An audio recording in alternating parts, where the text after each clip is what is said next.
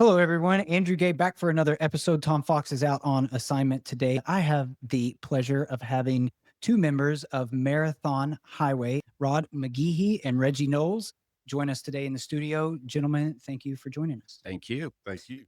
Okay, so we're here to talk about y'all's relatively newly formed band, Marathon Highway. Newly formed. We have only played one performance. But And I had you were there. I was there. Yeah. We practiced 6 months, Reggie? Yeah, I would say 6 months. Yeah. And we had 18 songs in 6 months. So we're moving right along. Sounds like it. Yeah. A couple years, we'll have a full set. We'll be too old to remember them, but Yeah, that's true. Why don't y'all give us a little bit of background? Maybe individually, how did y'all's individual music journey start? And then how did that end up melding together? Well, you guys well coming? I moved to Kerrville in 05, 04. And I was going to a church called Soul Cafe, which is now a Pint and Plow restaurant. That was a church.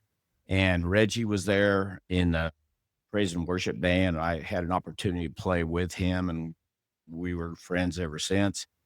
And then he moved away to Telluride, Colorado, and now he's back after 10 years, Reggie? 16. 16. 16 years. Wow. Seemed Wow. like 20. But anyway, he's back, and he just lives down the street from us in River Hill. We started playing together, and the whole purpose of the band is to create original music. That's the whole reason we do it.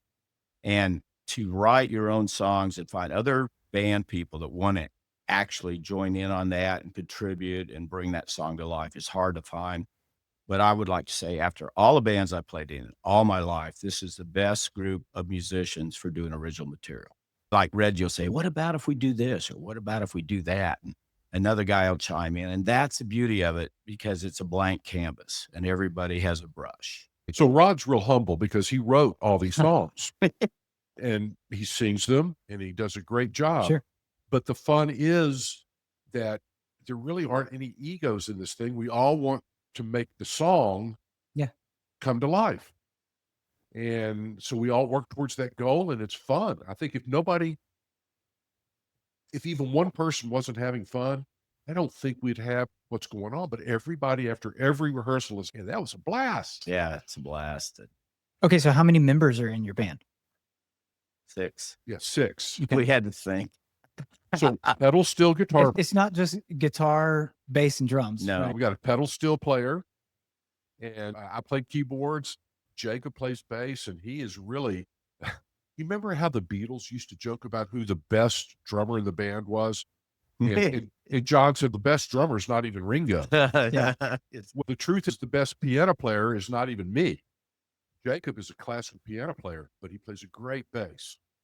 It's a team. Everybody gets that, I would say. Yeah, it's a team. And I think because Jacob is trained classical piano player, he approaches bass guitar differently than a lot of other people do. And we'll be working on a song, and the bass part is not coming to him. And he'll go, stop. I'm going home. I'm going to write a bass line. I'll be back tomorrow. And he'll come back with a bass line that works perfect. And that's hard to find. Instead of boom, he writes something that's melodic.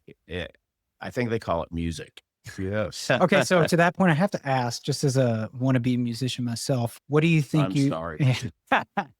Well, aspiring musician, right? That sounds like more of the scientific side of music to me. I also know musicians that have become full-time career musicians that didn't really grow up studying, like learning how to read music. Like I learned how to read music, and then I ended up in the percussion section, right, of my high school band. And it was strange to me that everybody else in my section, I was the only one that knew how to read music, that knew how to read notes. And you were Everybody, a drummer. yeah, the irony, Yeah, right? And I wasn't even that good. That was the crazy part. So do you find that y'all have a collective mind so far as a band, since you're relatively Yes. new? And do you lean more towards like the scientific side versus just the vibe of what's going on? Do you read music? No, I do not read So- music. so- Stevie Ray Vaughan didn't read music. I don't know if Paul McCartney reads music. It is not a prerequisite to be a successful musician. It can be a hindrance if That- you're being Sure. original. That's Good true. point. That's true. It could be. It's writing songs is an emotional response. And I would hate to be one of those Nashville songwriters that has to go in an office every day and sit down at a desk and write songs all day. It just doesn't work that way for me. I don't think it works that way for anyone.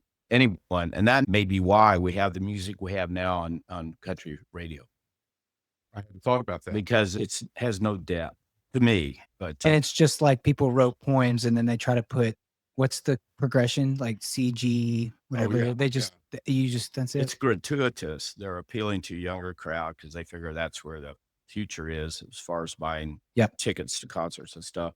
So they write stuff like, "Oh, I had her on my tailgate. And we were drinking Crown and getting down." Yeah. It's Yes. just no.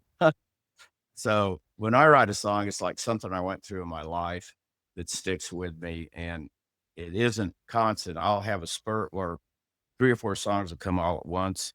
Then I won't write anything for years. It's just, So how long have you been writing music? Because you mentioned y'all played in the praise band back in the day, but were you writing songs that long ago? the first song I wrote, I was 13. Okay. See, I'm 71 now, so I was 13, and I wrote a song called Traveling Man. I thought it was so good, I sent it to Glenn Campbell, and I got his address, and I said, "Now, this is the way this is gonna work. You do this, and you don't cheat me, and copyright and all this stuff." Needless to say, I never heard back from Glenn. But that was the first 13. Going through college and going through everything you go through. I've been through a lot of loss in my life with family members passed away and breakups, divorces, all this stuff that eventually turns into some kind of song. And my wife, she's quite a bit younger than me. She's half Turkish and half New Jersey, so she knew Jerkish. But she said, "Why don't you write a song about me? Because you have all these songs about Sure. divorce and breakup and tragedy." And I go, "I'm happy. I don't want to write a song about you." So I finally wrote a song, Turkish Eyes, because her eye color is different. So It wasn't called New Jerkish. no Turkish eyes. No, her eye color is gold, and like her mother's from Ankara, Turkey. I wrote the song, played it for her, and she started crying the first time I played it. But we'll be playing it this Saturday night at River's Edge Art Gallery. You asked, there was a lot that we talked about there. Yeah, Let's pick it get back apart. to the Let's go. fundamental thing. Good music appeals to the heart. Intellectually, it can be a lot of things. When you combine those, you get some really special talents like a Paul Simon or even to a Paul McCartney that can combine lyrical content that speaks directly to your heart and even music that speaks directly to your heart, because the notes that you play, how you play them, that all impacts the heart. Yeah, it's an Now- emotional response. It's an emotional response. Now, having said that, there's a lot of music out there that is intellectual. And I'll give you an example. I have a daughter that absolutely hated Steely Dan for a while because she thought it was just intellectual, that it didn't have a heart. And on certain level, she's right. But every one of Yeah. those musicians plays with an enormous heart to create this sound that is instantly known as Steely Dan. Yeah. But the best musicians that I've ever heard were people that could read, but could also improvise. And that's a rare talent because most of the people that are really good at improvisation, particularly in the rock and roll world, they don't read music. Yeah, and I can see that. How there's a balance there, if you will, because it's almost like you might need some of both. You don't need it, but I can relate to that. Like McCartney. And then we won't talk about the Beatles anymore. But I don't know. if I believe McCartney that. has written stuff with a guy. He'll sit down and play something on the piano and say something like, "I want the French horn to do this." And a guy can notate it because Paul doesn't know how to notate it. He hears it in his head. He hears it in his head. And he even said at one point that he did not want to learn how to read music because he didn't want to know what he wasn't supposed to do. Uh-huh. Some of the Yeah. chord changes that Yeah. they came up with, really, it's like, where did that come from?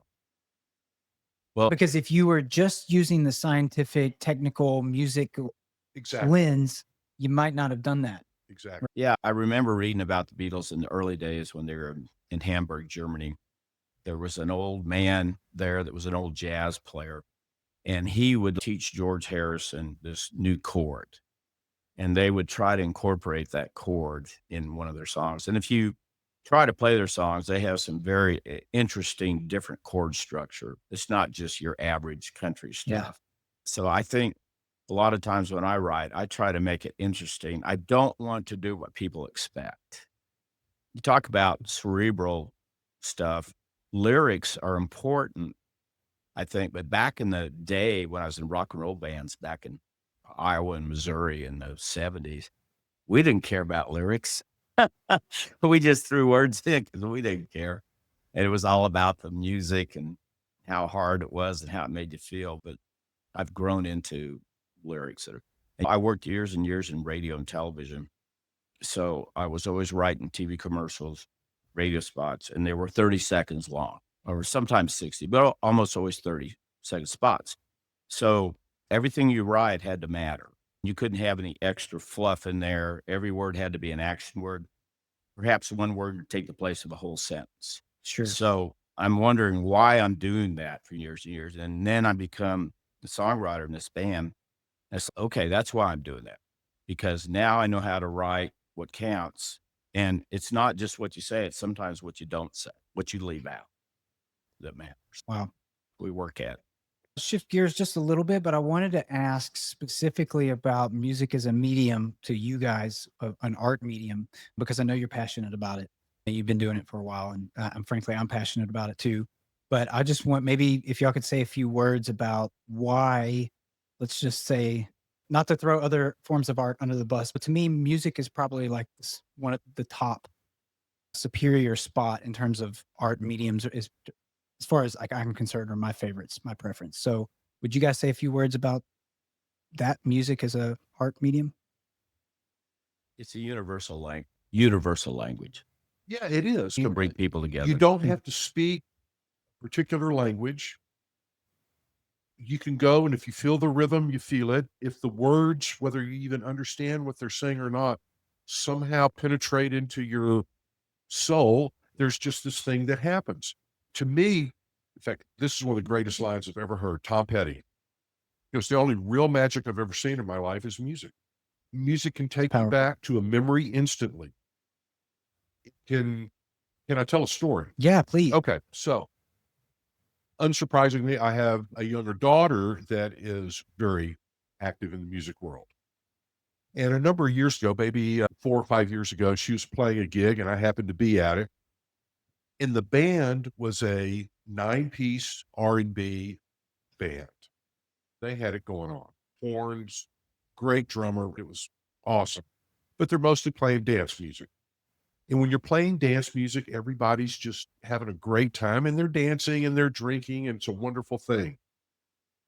Rock and roll has a power that very few other things have. One of the songs they did is Zombie by the Cranberries. Oh, yeah. Yes. As soon as they started that song, the entire crowd, and this was a room that was packed, turned from what they were doing, faced the stage, and it was raw emotion. Yeah. On a very simplified level. Music has a magic and an ability to cut across everything and speak to anybody. Yeah. And there's a parallel between art and music. Actually, it's the same creative process. I remember seeing an interview with John Mellencamp, wonderful oil painter. His paintings are exceptional. And he was painting in his studio, I think it's Indiana where he lives. And the lady interviewing him as he's painting, smoking a cigarette after his third heart attack, is asking, what's the difference between writing a song, doing a painting? He goes, no difference. And then started painting, smoking again. And he's right. There is no difference. So when I do a painting, I paint for a living. I do music as a hobby. But when I paint, a lot of times people will get an emotional response to the painting, or they don't. I remember a lady from Seattle visiting one of my shows in San Antonio, and she's looking at this painting. Tears are running down her eyes. I go, are you okay? You don't like the painting? She goes, no, I love it. It takes me back to a point in my childhood that made me feel this way. So yeah, it's the same thing. Song can do the same thing. Great. Okay, shifting gears once again, let's talk about what you guys, What gear are we in now? fifth. Okay. This is the fifth and final gear. Yeah. I thought we go to overdrive. We can. We got a little more time for All that right. one. Yeah. So let's talk about what you guys got planned. You got a gig coming up this weekend. You said maybe you're putting together an album. What's going on in that department for y'all? The album is, I don't know what's going on there. It's complicated. It's complicated, but we're working on it. But we learned 4 new songs over the last couple of weeks for this gig coming up Saturday at River's Edge Art Gallery. And one of the songs, I hate to get political, but it's my perspective of producing biological weapons. It's when we had lockdown for COVID, I had a lot of time to think about that. And I don't know what people believe where this virus came from, but who knows? But I was thinking, why would you create a biological weapon that could actually backfire and eventually would come back to you? So what's the point? So the song is called From Crying Out Loud, What Were You Thinking? That's going to be our first song, Reggie. Yeah, and it's we really like it. Do we still have to wear the gas mask? Yes, we have to wear the gas mask. So the vocal booth. But, and then we have a song about alcoholism called Hiding Your Head in the Sand, about people that instead of dealing with problems, they may go to the bottle, which is hiding your head in the sand. So then the other song is Turkish Eyes. And then we're doing Year of the Cat by Al Stewart. Year of the And You know that song? I don't, but I imagine that's a reference to the Chinese calendar, is it not? yeah, it is. Exactly. I thought it was a menu reference. Only in Spain, they have gato on the menu. And I'm not kidding. I was there. But no, what's neat about that song has a beautiful piano intro that Reggie plays and learned just specifically for that. So we did it one time and it came out great. Yeah, we were all kind of shocked. Yeah. That it sounded okay. We're going to play it again tonight at rehearsal and Yeah. work on these songs. But yeah, we're going to have 22 songs this time. We had 18 last time. Okay, good. And this is, once again, this is at River's Edge Gallery downtown. Downtown, the corner of Water Street in Washington. People who have not been in there don't realize how large the space it is. It's actually 10,000 square feet. And one of the cool things about coming to the gallery while we're playing is you can pretty much hear us through the whole area. And so you don't have to actually look at our faces. You can still hear us and go look at art. And that's a very positive thing. Yeah, a lot of different rooms and areas where different artists are featured, sculpture. They even have a pool table room in the back with art surrounding it. So it's a neat environment. And what I like about it is the acoustics are perfect. It's a great room acoustically. My background, it's Yeah. a great room acoustically. Yeah, and we'll be there 6 to 8, just 2 hours. It's an early Perfect. gig, so yeah. No buying tickets or anything like that. I can No, just it's show up? free. Show up. They encourage you to bring your own bottle if you want, but I think they may have some beer and wine or snacks. I don't know. We'll see. Wonderful. Yeah. Wonderful. And there's no cover charge or anything. Perfect. But it would be great if you found a piece of art that you liked and contribute to the local artist community by supporting a local artist. Obviously, that's why the gallery's doing this, to bring people in who have never been in the gallery to check it out and see the artwork. There's a bunch of great artists in there, and they have every variety of art you can imagine, from abstract impressionism to realism. Everything is in that gallery. So yeah, it's a neat place. Perfect. Unfortunately, gentlemen, we're getting towards the end of our time for this episode, but if anybody wanted to try to find out information about Marathon Highway, do you have an outlet for them to go to? Nope. Not yet. So in other words, show up Saturday night Yeah. at 6 o'clock at River's Edge. Yeah, I don't even, no business cards. Yeah. Oh, wait, I believe your wife was compiling an email list.